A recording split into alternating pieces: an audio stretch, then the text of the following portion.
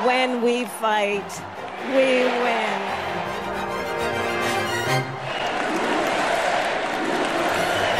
And we will make America great again. Olá, sejam bem-vindos ao Burro e o Elefante, o novo podcast do Expresso e da Fundação Luso-Americana para o Desenvolvimento sobre política norte-americana. Comigo tenho o Pedro Magalhães, para este segundo episódio, investigador do ICS focado em eleições e democracia, e eu sou o João Maria Joné, sem estes pergaminhos, mas com uma obsessão por este tema.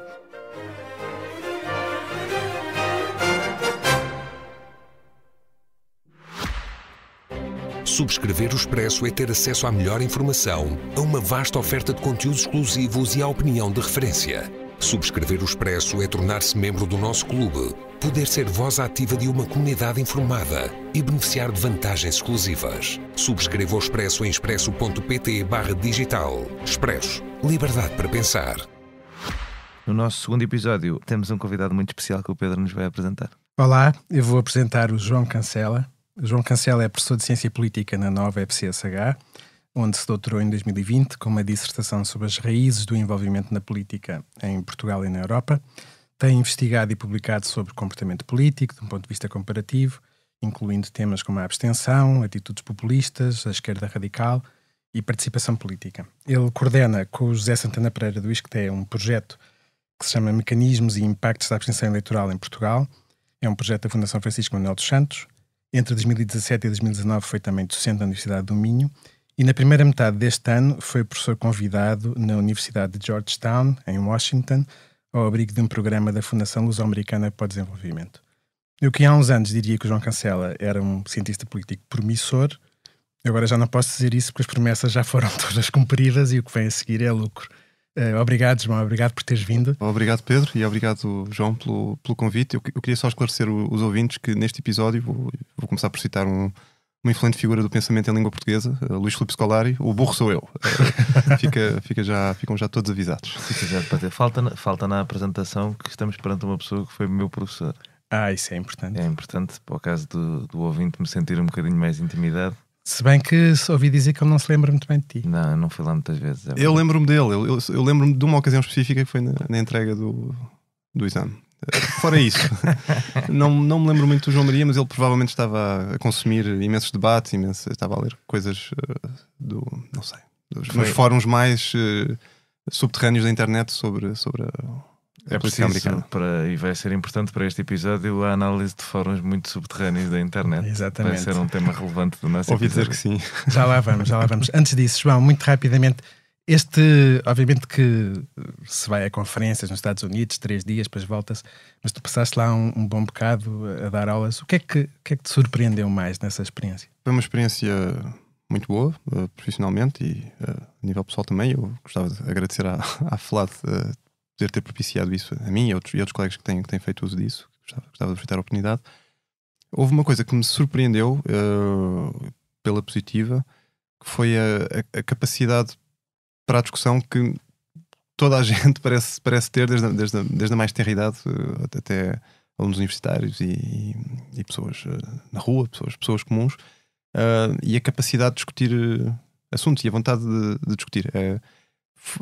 Há uma espécie de discussão, permanência da discussão que eu achei refrescante e talvez possa tornar-se um pouco cansativa para quem lá passar mais tempo, mas no período em que lá estive eu destacaria isso como uma agradável surpresa e percebi que é algo que é cultivado desde as idades mais jovens e que depois se reflete na universidade e na maneira como os alunos se comportam. Às vezes alguém pergunta uma coisa numa sala de aula, quando estamos a conhecer uma turma há uma espécie de silêncio sepulcral, ninguém quer dizer nada cá em Portugal e em outros países, e nos Estados Unidos todos querem logo dizer alguma coisa e querem partilhar a sua opinião e muitas vezes umas vezes é mais bem fundamentada, noutras nem tanto, mas há esta vontade de discutir e isso está muito distribuído pela sociedade. Achei isso muito refrescante. Uhum. Também capital da política, não é? Portanto, se não fosse aí... Sim, há isso. É preciso. Washington está ali numa situação geográfica que é interessante para quem está a visitar e quem tem tempo de conhecer algumas coisas à volta, porque no fundo é ali um ponto que separa o sul do norte de alguma maneira, e conduzindo umas poucas, não muitas horas, rapidamente se está em partes do país que parecem muito diferentes. Na Virgínia, no Maryland, partes rurais. E essa diversidade também, é claro que nós temos ideia dela, mas considero que foi um privilégio poder conhecê-la e experimentá-la em proximidade, sim. Mas tentei não ficar apenas nos congressos da universidade e dos think tanks ali de Washington, e tentar circular um pouco mais, e isso foi tudo muito proveitoso para mim também. Vale a pena lembrar essa situação particular, até política, de Washington, depois para o nosso tema principal. Mas Pedro, vamos dar aqui uma voltinha pela atualidade antes de irmos ao nosso tema principal, e nós decidimos partir aqui um bocadinho o que é que cada um diz sobre a atualidade, e tu vais partir para uma análise de dados relevantes da última semana. Portanto, força. Sim, na última semana eu destacava três números.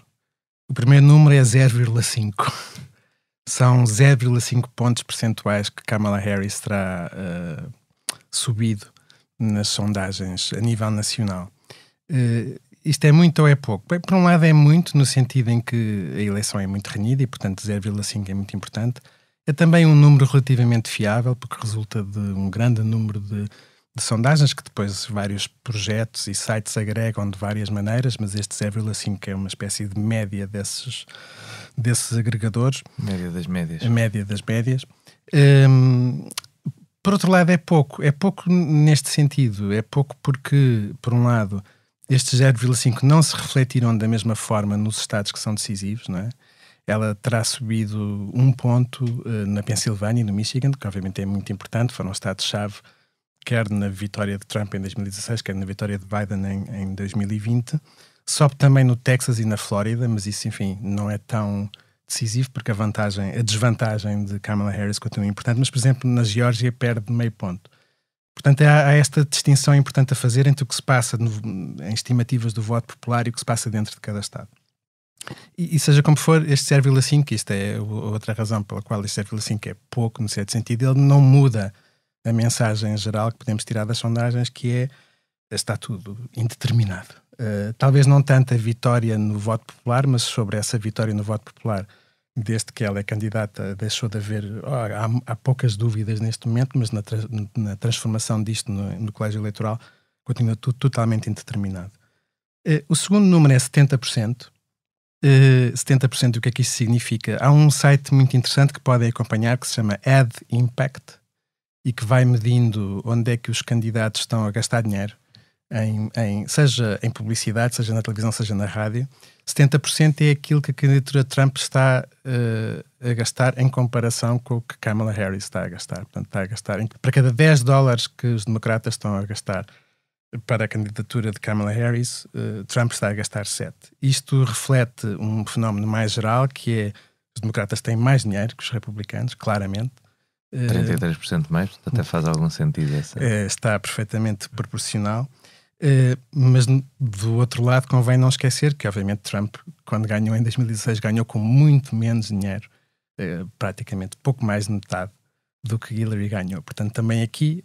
Portanto, que muito menos, estamos a falar de centenas de milhões. Centenas. Dólares, só para as pessoas não acharem que isto são trocos. Não, centenas de milhões.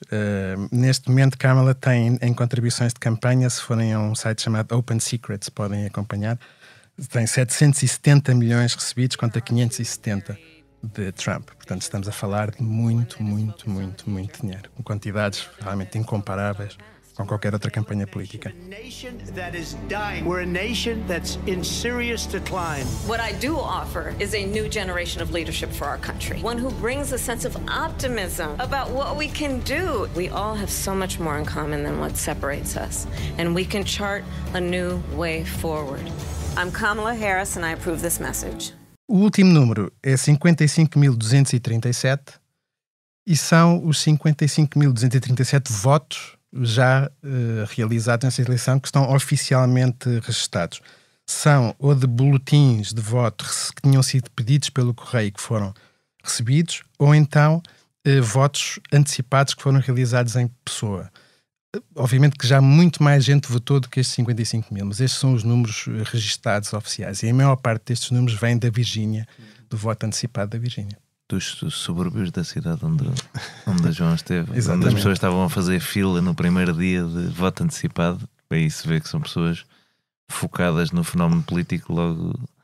Eu li uma reportagem num dos locais de voto e perguntavam a alguém: mas porquê é que vai votar já com tanto tempo? Eu nunca sei quando é que vou ser atropelado por um autocarro e queria despachar este assunto da minha vida. Isso é um elemento muito importante, é que um morto pode votar nos Estados Unidos, não é? Com a quantidade de tempo que há. Sim, a vontade do morto pode ser contabilizada. A vontade de alguém que morreu entretanto. Sim. Mas assim, para não deixar aberto às teorias da conspiração de Donald Trump, mortos já decidiram eleições presidenciais dos Estados Unidos. Pelo menos diz-se que a de 1960 foi decidida com a ajuda de muitos mortos. Em Chicago. Em Chicago. Mas são números interessantes porque nos levam a uma discussão. Nós devemos ter um episódio especificamente sobre o colégio eleitoral, mas levam-nos a uma discussão gira sobre esta coisa de estar a liderar por 4 pontos nacionalmente ser uma coisa completamente diferente para Donald Trump e para Kamala Harris. Se fosse Donald Trump a liderar por 1 ponto nacionalmente, era super favorito. Se fosse ganhar o voto popular, era porque ia ganhar com uma margem enorme. Kamala Harris, entre os 3 e os 4 pontos, estará entre ganhar ou não ganhar. E essa dissonância entre as duas coisas, eu acho que é mais ou menos seguro afirmar que Kamala Harris é uma ligeira favorita neste momento, e que as pessoas que estão um bocadinho relutantes a dizer isso porque não conseguiram calibrar o favoritismo que deram a Hillary Clinton, por exemplo, ou a Joe Biden. Mas sendo uma ligeira favorita, obviamente está tudo em aberto, porque o campo dos estados decisivos está inclinado para o Partido Republicano. E há também aqui uma coisa de gato escaldado, não é? O gato escaldado são as sondagens. A própria campanha de Kamala Harris, nós, como não estamos a fazer campanha para americanos, não precisamos de fingir que acreditamos nisso, mas a campanha de Kamala Harris vende-se como sendo o underdog e tendo que superar as expectativas contra o favoritismo de Donald Trump. Isso não é real nos números, mas é uma coisa que lhes interessa precisamente por essa lógica de gato escaldado. João, queres comentar estes números? Posso dizer alguma coisa? Em relação à distância das sondagens e esta discrepância entre o que se observa em alguns estados battleground, como é que temos nos estados disputados, e o nacional, é verdade que temos esta aparente, não lhe quero chamar incongruência, mas esta dissonância. Eu penso que há alguma dificuldade e penso que é geral. Eu acho que há um pouco menos de fé ou crença ou disposição para tomar como bons os resultados, os números que vêm das sondagens por comparação com anos anteriores. O Pedro está mais habilitado que eu a falar sobre isso, mas penso que entre o que aconteceu em 2020 e o que aconteceu em 2022, onde houve uma espécie de desvios em sentidos opostos, a dúvida para 2024 parece ser: será que as empresas, enfim, quem faz os estudos de opinião, conseguiu recalibrar isto de maneira a equilibrar esses dois erros, ou não? Ou será que acentuou o erro num sentido ou no nos Estados Unidos nós temos esta coisa gira, para além dos post-mortems que eles fazem das sondagens, também nós podemos ver em direto no Twitter as opiniões que as pessoas que fazem sondagens têm sobre o que é que acham mais relevante e menos sondar, portanto podemos ver. Mas aqui a dificuldade, aliás, não é muito, numa escala completamente diferente, mas não é muito diferente do que se passa cá, que há uma eleição em que aquilo que as sondagens diziam acaba por não acontecer, portanto os resultados acabam por ser diferentes do que as sondagens anunciavam. Depois analisa-se o que se pode analisar, e nos Estados Unidos analisa-se muito, descobre-se um fator e depois na eleição seguinte acontece outra coisa e aquele fator que tinha sido fundamental, nesta não teve importância nenhuma. Portanto, andamos sempre a correr atrás do prejuízo. Sim, de alguma maneira eu acho que no que toca à meta-discussão sobre a eleição e o acompanhamento que se faz da eleição, eu acho que, enfim, isto está totalmente no domínio das percepções. Eu não estive ainda pensei em procurar números no Google Trends para ver se as pessoas estão à procura de mais sondagens ou não, mas e é algo que não tem só a ver com as sondagens, tem a ver com a própria leitura sobre os indicadores da economia, até que ponto é que os indicadores da economia podem ser considerados objetivos ou são filtrados pela identificação partidária ou pelas preferências que as pessoas já trazem à partida. Mas penso que no geral esta é uma eleição que está a ser mais sob o signo das vibes, não é? Esta palavra que agora começou por ser a vibe session, e agora são todas as vibes sobre o que se está a passar, mais do que os próprios números. Eu acho que mesmo o destaque que em eleições passadas era dado ao Nate Silver, enfim, que entretanto também talvez Está com mais vibes. não seja por acaso que a própria companhia onde ele trabalhava acabou por tomar a opção estratégica de o deixar ir, mantendo o nome, enfim, depois são 538. Contratando o grande rival. Contratando o grande rival de modelos dele. Sim. As grandes guerras dos nerds, que é importante para os nossos ouvintes saberem que existem. mas de alguma forma parece que há mais incerteza. O que eu queria dizer com tudo isto era que eu penso que a indeterminação objetivamente pode ser semelhante a de anos anteriores, mas acho que há uma percepção partilhada de que essa indeterminação é ainda maior, penso eu. Mas de que os números, sim, eu estou de acordo com isso, de que os números e todas estas modelos de forecasting e tudo isso que de alguma maneira nos davam indicações, esta sucessão de eleições criou nas pessoas um ceticismo maior em relação a esses mesmos números, por muito bem que eles sejam produzidos, estimados, explicados, esse ceticismo existe, eu estou de acordo com isso. E, bom, portanto, isso por um lado. Em relação aos votos que já começaram a ser depositados, enfim, nós teremos a oportunidade para falar sobre isso mais à frente, penso eu, mas na prática é isso, a eleição já está em curso. Nós pensamos na eleição como sendo a eleição de 5 de novembro, mas esta é uma eleição que dura um mês e meio, na prática, enfim, tirando todo o período preparatório e a campanha, mas a eleição em si já começou com o que isso implica de o modo como as campanhas têm que se ajustar a isso e com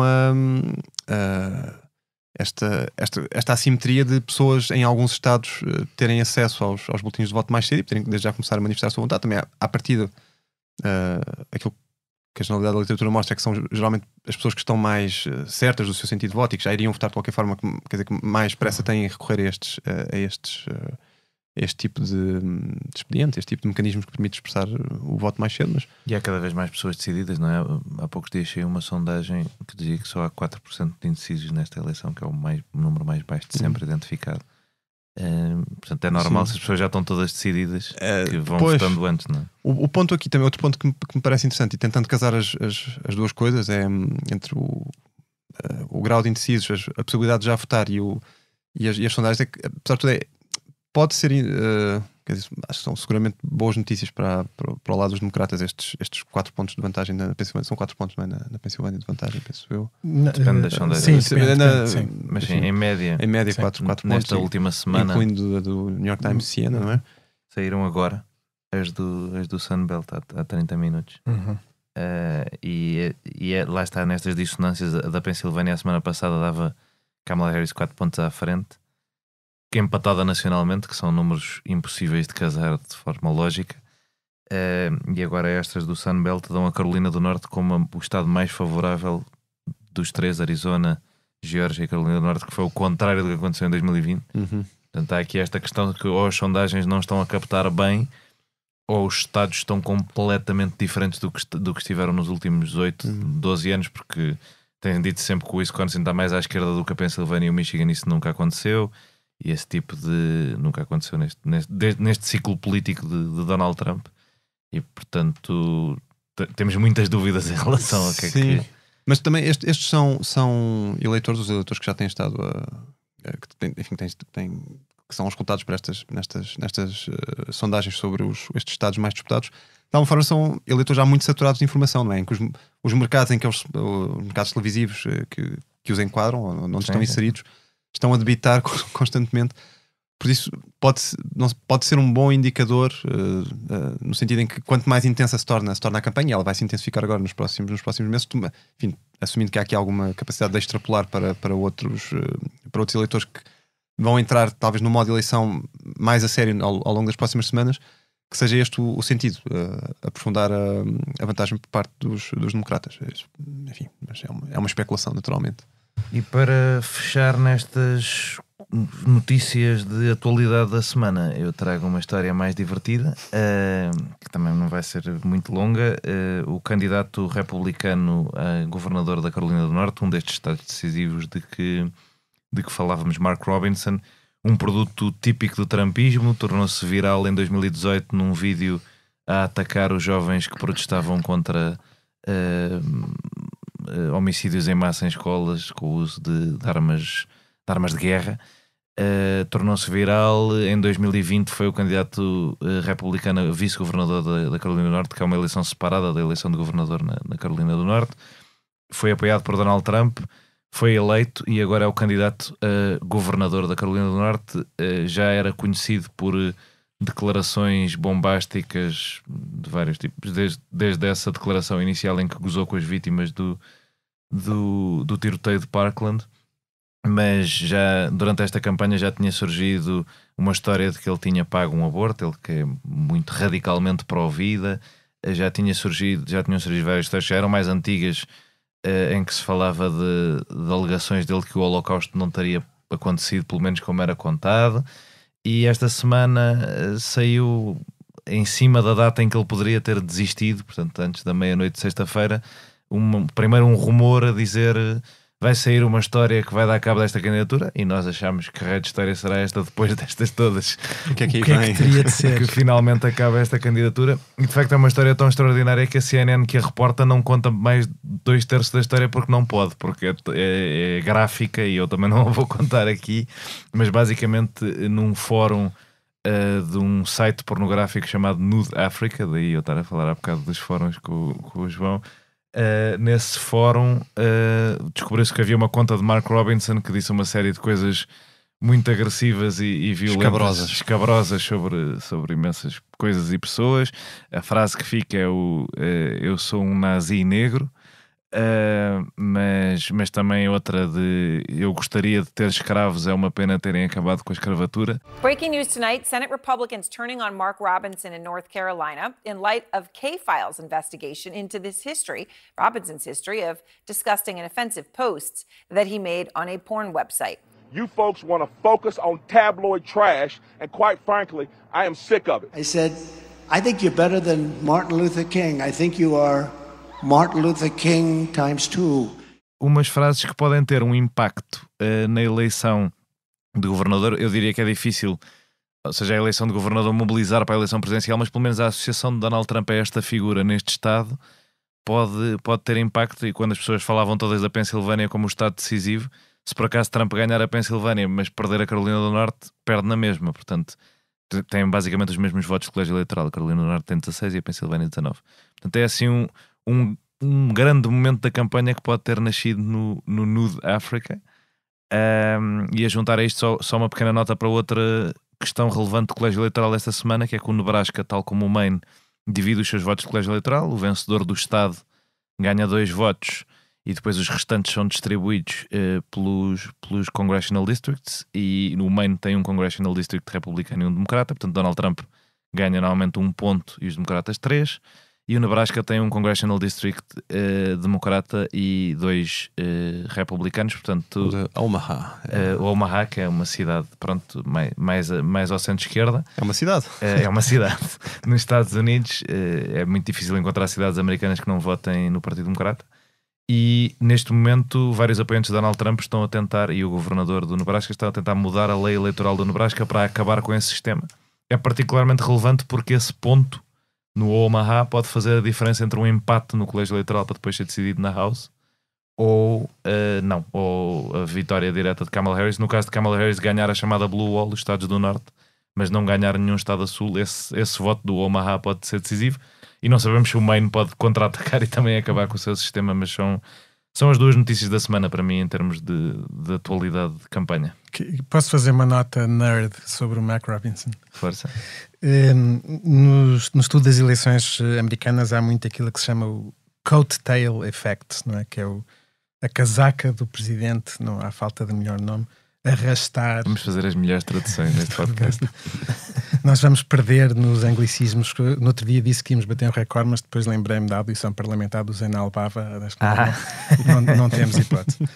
Mas fala-se muito desse efeito coattails, e também há alguma discussão sobre o que se chama reverse coattails, ou seja, se o desempenho e a mobilização em torno de candidatos a governador para a Câmara de Representantes pode afetar o resultado das presidenciais. O que eu saiba, é muito difícil mostrar esse efeito, portanto não há demonstração até porque é muito difícil fazê-lo, porque estamos a lidar com 2 influências ao mesmo tempo em direções diferentes.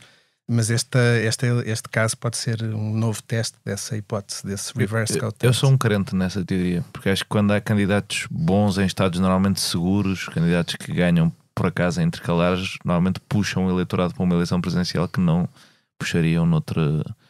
Eu na literatura sou fã de quem defende.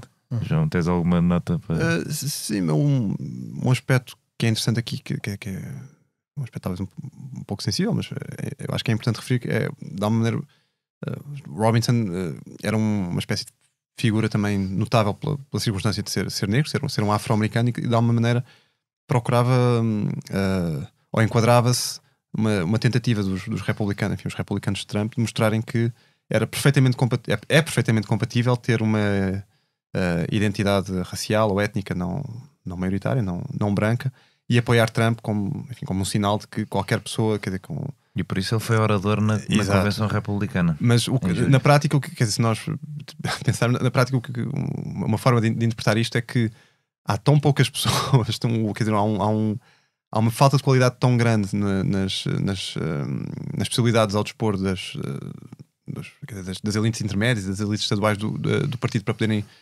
selecionar e ir à procura de figuras como estas que consigam ter um mínimo de respeitabilidade e assumir-se como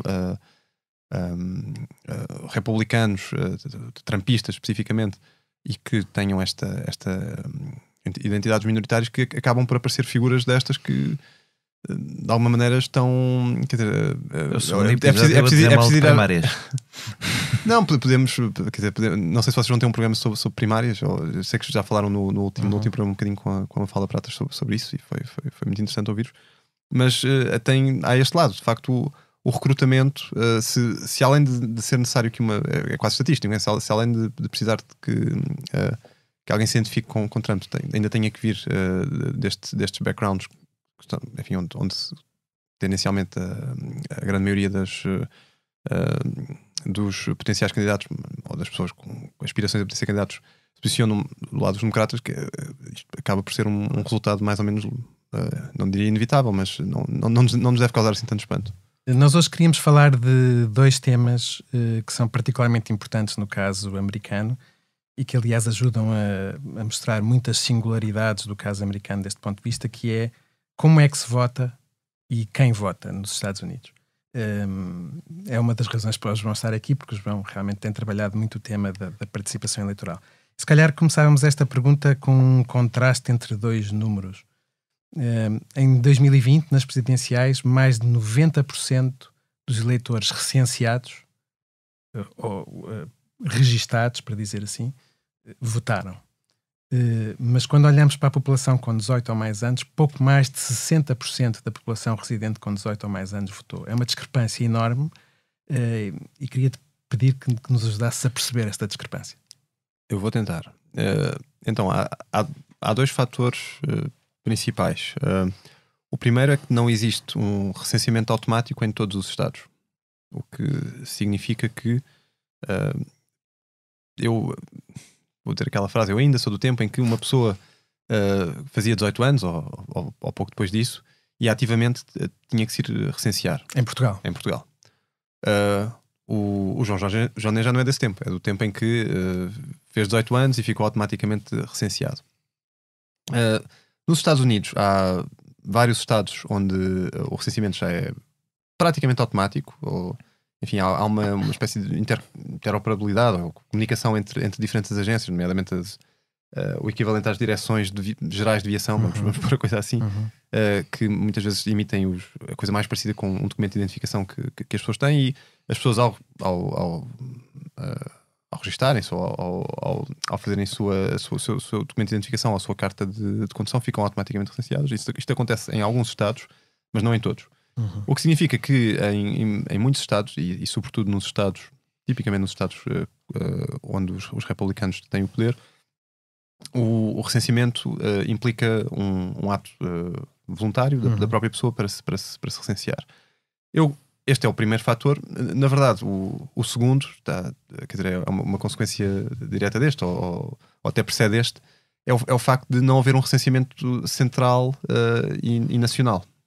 O que implica que, dado que é cada estado que opera o seu seus registros eleitorais, o seu fecheiro, a sua base de dados de recenseamento, muitas vezes ainda com as autoridades locais, os counties a terem um papel importante, não há um ficheiro central. Portanto, uma pessoa que queira de facto acompanhar quantas pessoas estão recenseadas e quantas pessoas têm votado nos Estados Unidos tem que fazer uma espécie de compilação de diferentes fontes que seguem diferentes protocolos que às vezes variam não apenas entre Estados, mas mesmo dentro dos Estados. Há Estados que têm políticas mais, vamos dizer, uniformes, e Estados onde os condados têm bastante autoridade ainda e poderes próprios. Agora, nós podemos pensar na taxa de participação como uma fração, não é? Em que temos um numerador e um denominador. Vamos achar que o numerador é relativamente fácil de obter, são o número de votos que são depositados. O denominador é mais complicado porque quando nós pensamos em que pessoas é que podiam votar, afinal, nós temos várias formas de conceber este número ou de chegar a ele. Podem ser, de facto, as pessoas que estavam recenseadas para votar, podem ser as pessoas residentes com idade superior a 18 anos, que é, portanto, os adultos. Mas isso vai incluir não cidadãos também? Vai incluir não cidadãos. Portanto, é necessário fazer uma estimativa que descarte esses estrangeiros. Até aqui eu penso que todos estes passos são relativamente simples de acompanhar.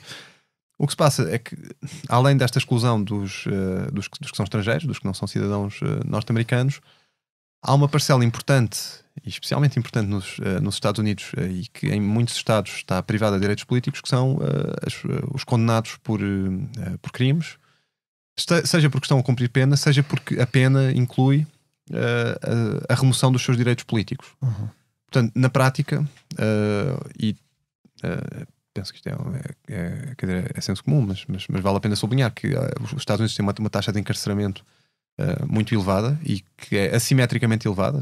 Também tem que ser dito que afeta em especial homens negros e em menor escala também latinos, portanto pessoas de ascendência hispânica ou latino-americana, e essa assimetria faz com que haja uma proporção em alguns estados muito grande de homens negros que cumpriram uma pena, foram condenados e cumpriram a sua pena, e depois, tendo saído, não podem votar. E isso ajuda, quer dizer, consoante as contas sejam feitas, nós podemos chegar a, penso que em 2020 terão sido cerca de 2/3 a votar. Quer dizer, uma vez descontados os que não são nacionais, uma vez descontados os que estavam impedidos de votar na prática por serem condenados. O número mais fiável, de acordo com os estudos do McDonald da Universidade de Flórida, são cerca de 2/3 que terão votado. Mas isto implica fazer várias contas e não é direto. E há vários pressupostos que é preciso ter. Portanto, há aqui uma margem de erro dentro de quando é interessante. Quando nós perguntamos quantas pessoas ou que percentagem da população votou nos Estados Unidos, é preciso fazer aqui várias contas e dizer, bom, de acordo com este critério terão votado tantas pessoas, tantos por cento dos norte-americanos. Portanto, só para voltar atrás, nesta diferença entre os 60 e tal por cento que são pessoas com 18 ou mais anos que vivem nos Estados Unidos e os 92%, há uma primeira parcela, não são cidadãos e, portanto, não podem votar. Sendo verdade que até, isto é mais agora para o Joné entrar, que até cerca de 1830 em vários estados não havia limitações a que os estrangeiros votassem, é muito curioso. Havia muitos outros tipos de limitações, mas mais os ou menos na estrangeiros altura em que votar. houve um presidente que não falava inglês como primeira língua, não é? Exatamente. Mas essa é uma primeira parcela e, portanto, vamos de alguma maneira descontá-los. Depois há quem Vale a está pena dizer que encarcerado. para contar para os distritos do Congresso, conta essa população. Contam porque contam os censos, sim, mas não, quer dizer, Contam como eleitores. Nós dizemos claro, mas as nossas regras são diferentes. Nós pensando que isto é um bocadinho uma tangente, mas quando nós pensamos em Portugal no modo de alocar recursos com base na população, os números que são contabilizados é o número de eleitores, mas com base nos eleitores e não nas estimativas do... Era só esta nota, isto é estranho. Sim, é diferente, mas enfim, depois há todas as questões da contagem da população, de quanto é que valiam... Que fração de um ser humano valia um escravo, são coisas absolutamente hoje nos parecem execráveis e inconcebíveis, mas essa questão da contagem da população, mas depois associada a quem pode votar é importante nos Estados Portanto, Unidos. só para voltar atrás, não cidadãos, depois temos, dependendo um bocadinho dos estados, porque as regras são diferentes, mas temos encarcerados e, em alguns casos, condenados. Mas isto não explica tudo. Depois há, para completar esta diferença, há a quantidade de pessoas que não está em nenhuma destas condições, é cidadão, não está encarcerado, não é condenado, mas não está recenseado. Não está recenseada. E pode não estar recenseada porque nunca esteve recenseada, nunca manifestou interesse, nunca se registrou. Há também, dependendo dos estados, purgas ocasionais de eleitores. Cada vez mais. Ao fim de... varia o número, mas vamos supor, ao fim de 3 eleições em que a pessoa não aparece lá, é feita uma limpeza, a pessoa sai do caderno eleitoral, e isso, quer dizer, claro que é um obstáculo, quer dizer, basta pensar o que é que seria em Portugal se isso acontecesse, que acho que seria uma afronta, seria entendido como uma afronta aos direitos mais elementares. Há alguns estados que oferecem a possibilidade de recenseamento no próprio dia, portanto a pessoa chega, não está recenseada e há aqui em sentido figurado, um balcão onde a pessoa se pode recensear. O que se passa é que geralmente estas coisas estão todas muito interligadas. Os estados onde o recenseamento é quase semi-automático ou mesmo automático são os estados que oferecem mais facilidade à pessoa recensear-se no próprio dia, à pessoa votar antecipadamente, à pessoa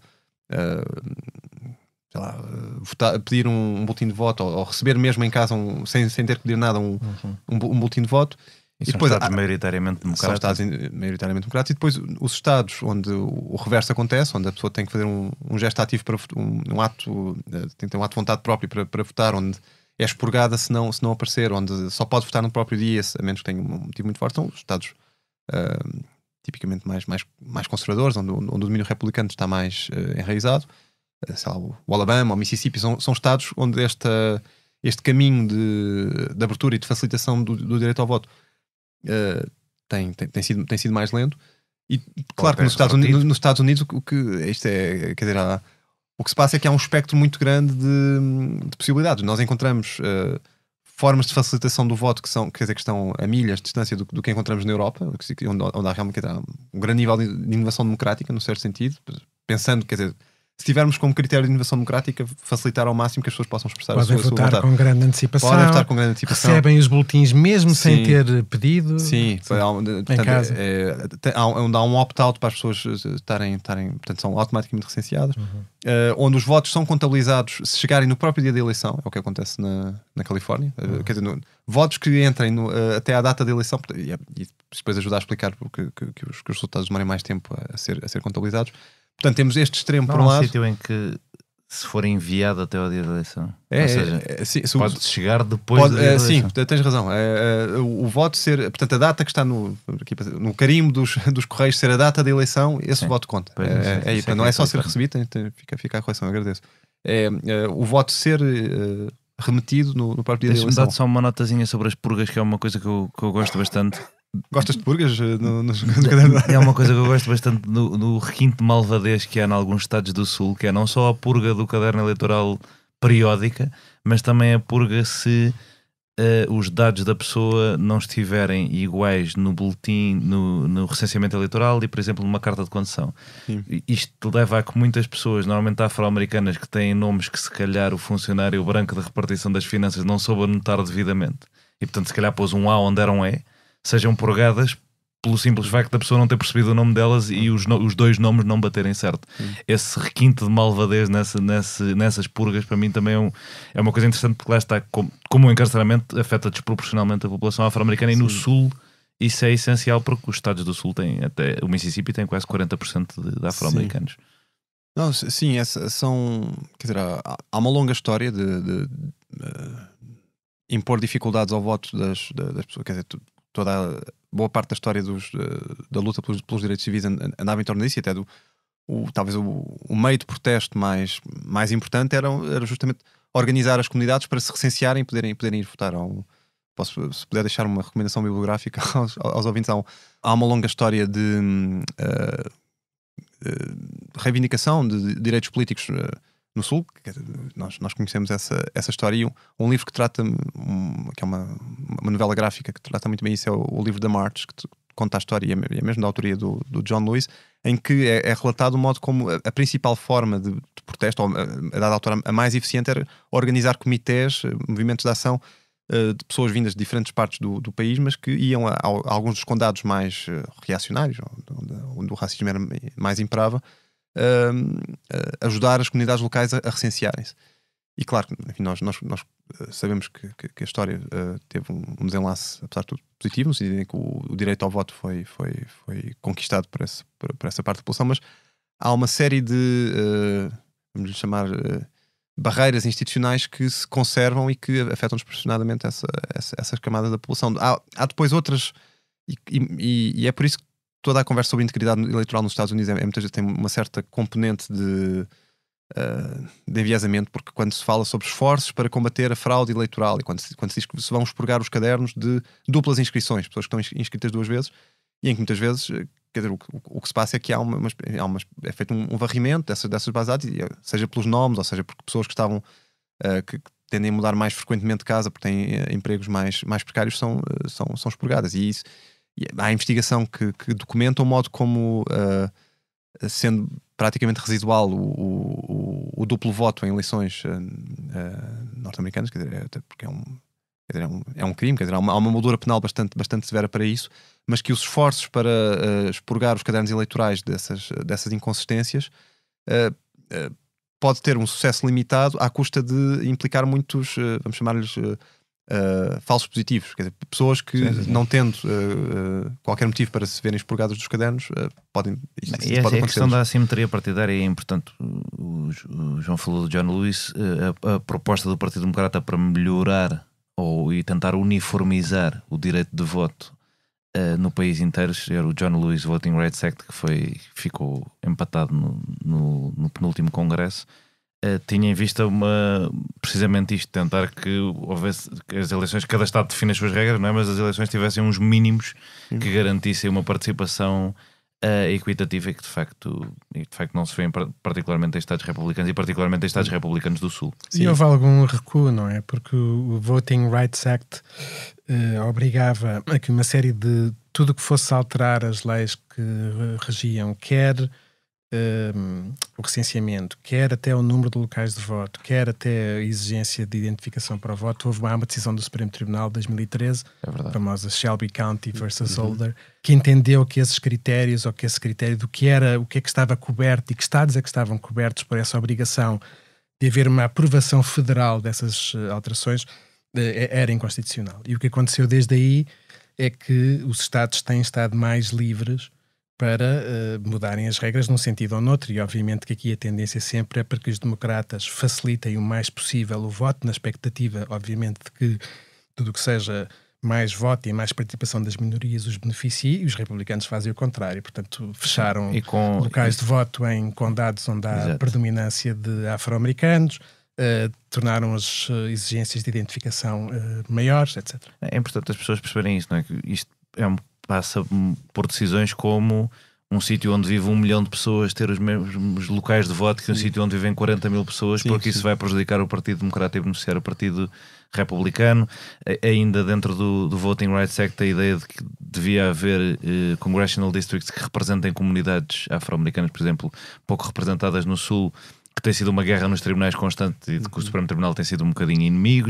Na eleição anterior conseguiu-se que na Carolina do Norte o mapa ficasse mais justo, nesta já não vai estar justo outra vez, nesta vai passar a estar mais justo no Alabama e no Louisiana. Esse tipo de disputas legais são constantes e, portanto, eu diria que o progresso tem sido pouco linear, no fundo. Já agora há um paper que saiu este ano no Journal of Public Economics, que por acaso cita um artigo do nosso convidado e que tenta medir o efeito da decisão do Supremo Tribunal na participação dos negros americanos. E, de facto, desde que esta decisão passou, a participação, quer dizer, ceteris paribus, pois há aqui muitos fatores que empurram a participação num sentido ou no outro, mas a participação da minoria negra norte-americana tem vindo continuamente a diminuir depois de ter aumentado obviamente, exponencialmente depois do Voting Rights Act. Se eu puder dizer, há aqui uma parte que eu acho que é interessante, que também tem a ver com, por um lado, qual é que é o efeito que estas medidas de facilitação do voto têm na participação, que é, enfim, há algum debate sobre isto, mas varia entre serem considerados relativamente, quer dizer, um efeito relativamente curto, mas que está lá, que é substantivo, e o que, quer dizer, mostra que as medidas funcionam. E por outro lado também, só para dar alguma noção da prática, o que é que isto implica, E especialmente houve aqui um acontecimento que ajudou a explicar também uma adoção mais generalizada do voto antecipado, que foi a pandemia, a necessidade de realizar as eleições numa altura em que a crise pandémica estava especialmente intensa.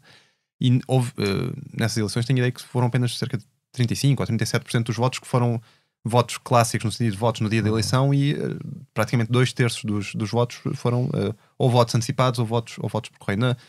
Na última eleição, nas últimas midterms, tenho a ideia que foi cerca de metade dos votos votos clássicos, vamos chamar assim, votos no próprio dia da eleição, e a outra metade votos antecipados. Portanto, de facto é uma mudança muito grande em relação ao que nós nos habituámos a pensar como o dia da eleição. Eu acho que é interessante. Há aí a reversão à média das intercalares que é importante notar, porque há muitos comentadores afetos ao Partido Republicano a dizer que há menos inscrições e há menos voto antecipado em relação a 2020, quer dizer que os democratas vão perder. E é importante nós lembrarmos as pessoas que em 2020 havia uma pandemia claro. e isso alterou os comportamentos de voto de uma maneira que já reverteu um bocado. Portanto, tirar grandes eleições, e agora estes meses vão ser pródigos nisso, não é? Grandes eleições de já votaram não sei quantos republicanos registados e quantos democratas registados, portanto isto quer dizer que o Nevada já está a ganho. Aparecem sempre umas destas e eu aconselhava as pessoas a ser céticas em relação a isto. Mas não deixa de ser verdade, pelo menos é a minha impressão, não sei o que é que achas, João Cancela, que os efeitos destas, quando se tenta medir os efeitos, por exemplo, do recenseamento automático, ou os efeitos de formas de identificação do eleitor mais permissivas, ou o efeito do voto não tradicional, portanto o efeito do voto antecipado ou do voto postal, quando se tenta estudar isto, os efeitos nunca são muito grandes, quer dizer, são efeitos pequenos. Sim, eu concordo com isso. O que se passa é que em eleições muito disputadas e competitivas como esta, é que qualquer pequena margem pode, e depois a dada altura é um bocadinho, quer dizer, é um pouco uma história do paradoxo do voto. Qual é que é o voto que faz a diferença, não é? Será que é o voto das pessoas que se estão a recensear porque a Taylor Swift colocou o link para o site que explica como é que as pessoas têm que fazer para se recensearem, ou é o voto da pessoa que pôde votar antecipadamente por causa de, enfim, uma decisão nesse sentido? Enfim, não sabemos ainda na prática qual é que vai ser a margem para um lado ou para o outro, mas há esta impressão mais ou menos generalizada de que vai ser uma margem estreitinha, e nesse sentido eu acho que estas eleições há mesmo uma espécie de marcação muito próxima em todas estas frentes, e quer dizer, naquilo que um dos partidos puder facilitar a vida ou dificultar a vida consoante o caso específico dos eleitores, bom, isso é visto como algo que tem que ser trabalhado, ainda que não estejamos a falar de diferenças tremendas em termos de participação, mas é nas margens que a coisa se resolve, e penso que isso ajuda a perceber, neste caso concreto. Quem é que vota e quem é que não vota nos Estados Unidos? Há algum padrão claramente identificável? Há um padrão que não foge muito ao de outras democracias ocidentais, no sentido em que tipicamente pessoas mais velhas, mais instruídas, pertencentes à maioria étnica, vamos colocar assim, com mais rendimentos, tendem a votar mais. Este é o padrão geral. Depois há algumas especificidades. As mulheres têm vindo a votar mais em anos recentes. Dentro dos... Nem sempre foi assim. Nem sempre foi assim. Dentro do espectro geral de maioria versus minoria, é verdade que a população branca tende a votar em maior número, mas dentro das minorias há diferenças importantes. A população afro-americana tende a ter taxas de participação não tão distantes assim da população branca. Os hispânicos e a população de origem asiática tende a votar um pouco menos. Em 2008 a participação dos afro-americanos foi superior à dos brancos, foi uma exceção. Sim, nessa eleição isso aconteceu de facto.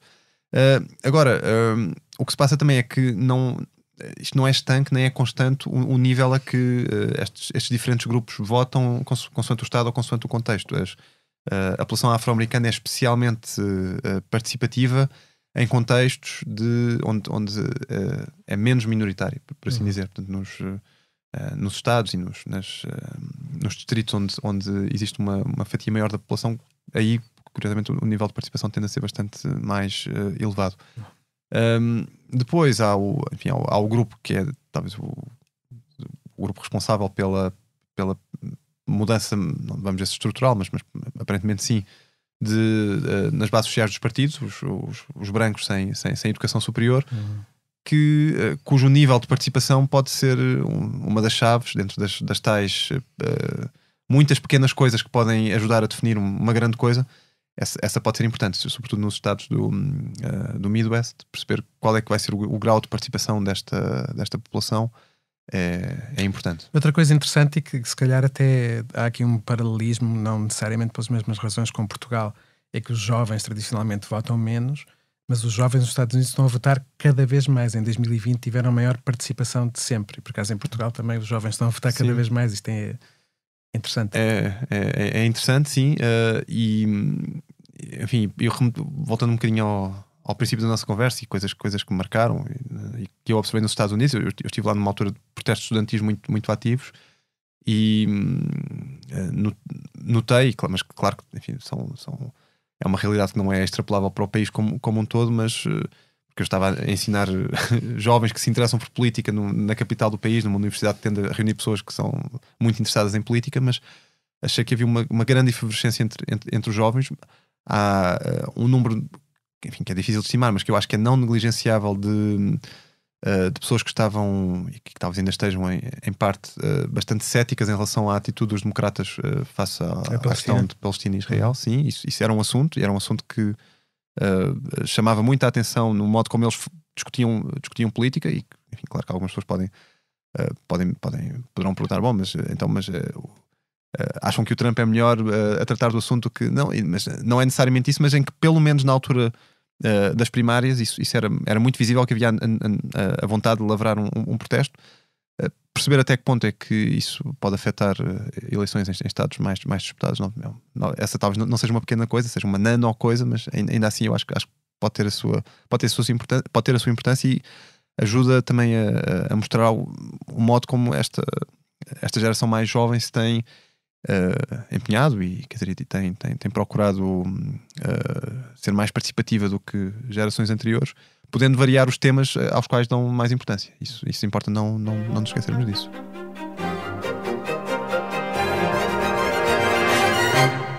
Vamos brincar ao quiz. E eu hoje fiquei com a incumbência de fazer aqui perguntas. Portanto, para a primeira pergunta, convidado a responder primeiro: quantos cidadãos americanos estão impedidos de votar, apesar de terem mais de 18 anos e nunca terem sido condenados por crime nenhum? 2 milhões. Não, mas não está longe. Pedro, força. Estou a pensar qual poderá ser a razão, não sei se tem a ver com o que tu já vais explicar com a limpeza dos cadernos, vou dizer 5. Essas pessoas podem votar se voltarem a registar, portanto não são essas pessoas.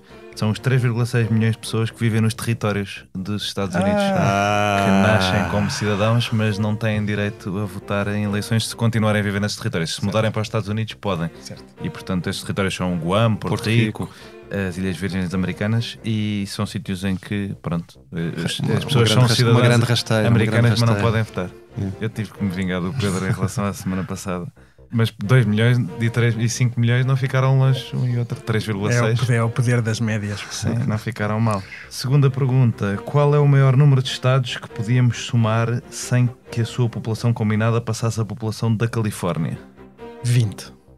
A resposta é 20. Parabéns, Pedro. A primeira resposta em cheio da história deste podcast, acho eu.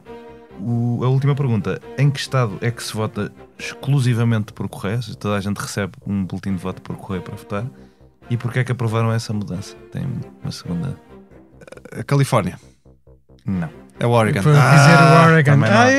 Também não. Também não é o Oregon, é o estado de Washington. É, portanto, da costa do Pacífico, que tiveram os dois perto, lá, mas close but no cigar, como diria o outro. E qual é a razão? Não sei. Então, houve uma eleição em 2004 para governador em que a candidata democrata ganhou por 129 votos em 2,8 milhões de votos. Portanto, 0,005, um bocadinho parecido com o teu número inicial, 0,005 pontos percentuais.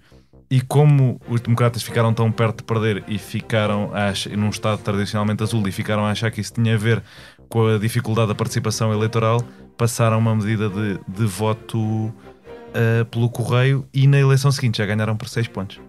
A Califórnia foi o primeiro a permitir o voto por correio antecipado sem desculpas. Foi esta a razão da minha Mas confusão. é uma boa demonstração de como as mudanças dessas regras, por muitas razões, enfim, normativas que possam ter, na verdade, correspondem sempre a intenções políticas. São interesseiras. Era essa a minha ideia. E assim termina com... diria que o Pedro como vencedor do quiz, não é? Incontestado. Incontestado, até porque o Oregon é mais perto do Washington do que a Califórnia. Termina o nosso segundo episódio do Burro e do Elefante. João, muito obrigado pela tua presença aqui. Obrigado, João. Obrigado, eu. Pedro, nós vemos-nos para a semana para continuar a acompanhar as peripécias do Burro e do Elefante, desta vez com a companhia da Ana Prata, socióloga e politóloga que está na Califórnia. Uhum. E, portanto, vai ser mais um podcast à distância também, portanto, avisa aos ouvintes. E pronto, e o Burro e o Elefante é um podcast do Expresso e da Fundação Luso-Americana para o Desenvolvimento, com a sonoplastia do João Martins, vídeo de Carlos Paes, capa de Inês Brezinha, coordenação de Joana Beleza e direção de João Vieira Pereira. Obrigado por me terem ouvido e até para a semana.